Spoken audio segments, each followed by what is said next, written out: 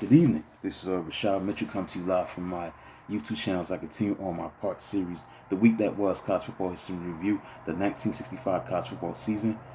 Um, I'll be talking about the recap of the games that were played on Week 11 and Week 12. Basically, this is the conclusion of the regular season of 1965. Then I'll go over conference standings and call it a video. So let's get into it. The week that was, Week 11, November 25th and November 27th, 1965. I'm going to start with three games that were played on Thanksgiving, where Nebraska, the number 3 team in the country, beat Oklahoma 21-9. Cornhuskers completed their first perfect season in 50 years with coming from behind win over stubborn Oklahoma, which had jumped to a 9-0 lead.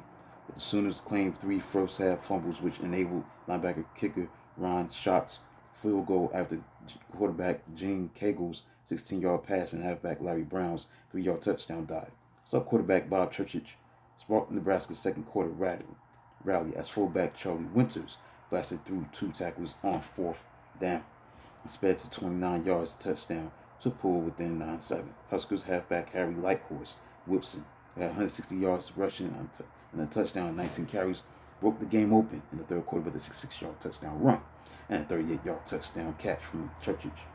Next, you had Tulsa beat Colorado State by a score of 48-20 on Thanksgiving. Now, behind the 2015 Tulsa quarterback Bill Anderson, who threw 5 touchdowns, an interception, 502 yards, scored on an 8-yard run late in the third quarter, then pitched a touchdown pass of 63, 51 yards, on the way to a new national season total offensive record, 3,343 yards.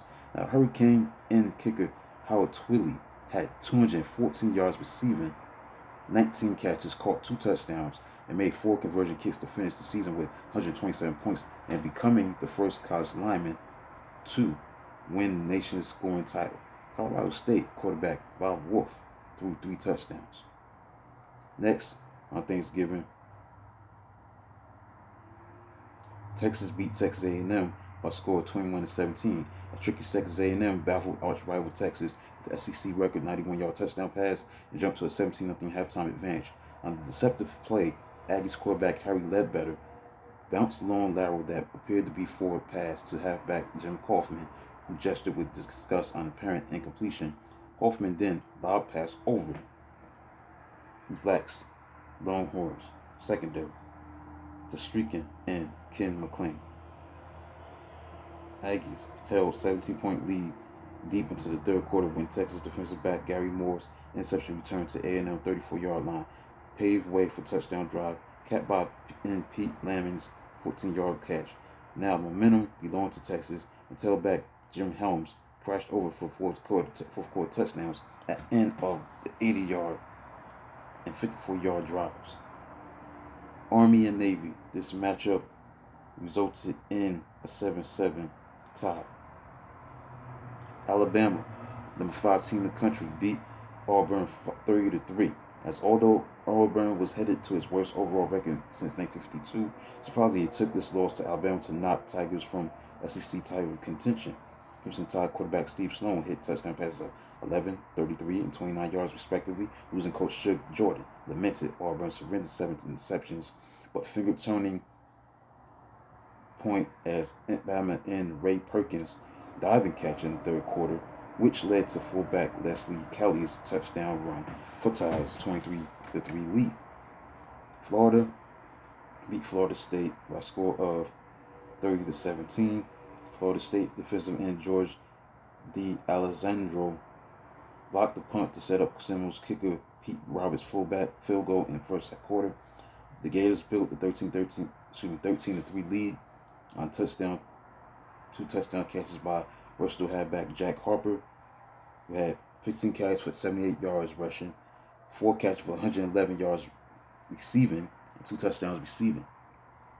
Anxious Sugar Bowl officials must have been regretting their pregame commitment to Florida when Florida State quarterback Ed Pritchett drove Seminoles 85 yards to his 21-yard touchdown pass, the second scoring throw of second half to end Jerry Jones with 2:10 to go in the fourth quarter. Now down 17-16, the Gators quarterback Steve Spurrier mustered his troops for a 71-yard drive.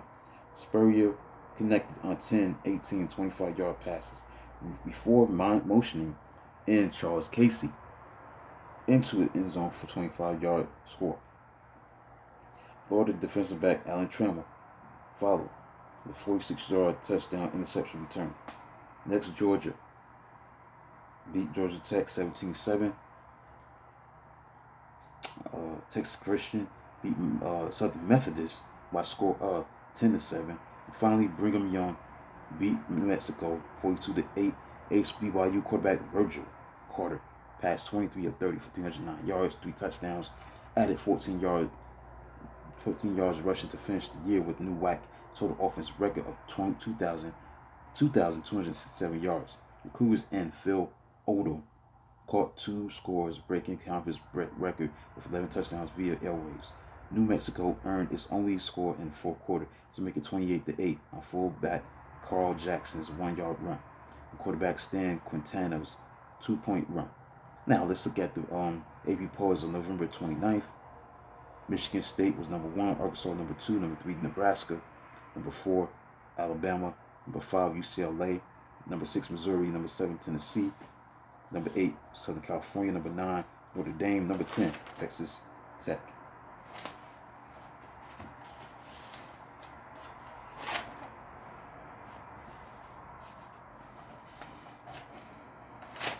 Now, there was one game that stood out on December 4th, 1965. This is week 12, where Tennessee, number 7 team in the country, this is a battle of 2 top 10 teams. Number 7 Tennessee against number 5 UCLA in this top 10 matchup between number 7 Tennessee and number 5 UCLA. Number 7 Tennessee beat number 5 UCLA 37-34 in Memphis. December game seen trivia for each. Number 5 UCLA having beaten rival USC for Rose Bowl berth, and number 7 Tennessee heading to Blue Bonnet Bowl at the tough SEC season, which it lost 3 assistant coaches in railway crossing accident. Instead, game became still an offensive show. The Volunteers bobbled opening kickoff, which led to UCLA fullback Paul Horgan's 10th touchdown, but Volunteers bounced back for a 20-7 halftime lead as quarterback Dewey Warren accounted for 3 touchdowns. Bruins rallied with 21 points in the third quarter, keyed by defensive back Tim McAteer's 35-yard field fumble touchdown return. Bundle of pass receptions by Volunteers end Johnny Mills, who had 10 catches for 141 yards, were vital to Tennessee's bounding back for a 29-28 lead. Now, UCLA quarterback Gary Beeman scored his 3rd touchdown with less than 6 minutes left to put the Bruins in relative comfort at 34-29, but Warren drove Volunteers 65 yards in the 9 plays, dashing over from the 1-yard line on 4th down with 39 seconds to play. So that concludes a look at the regular season.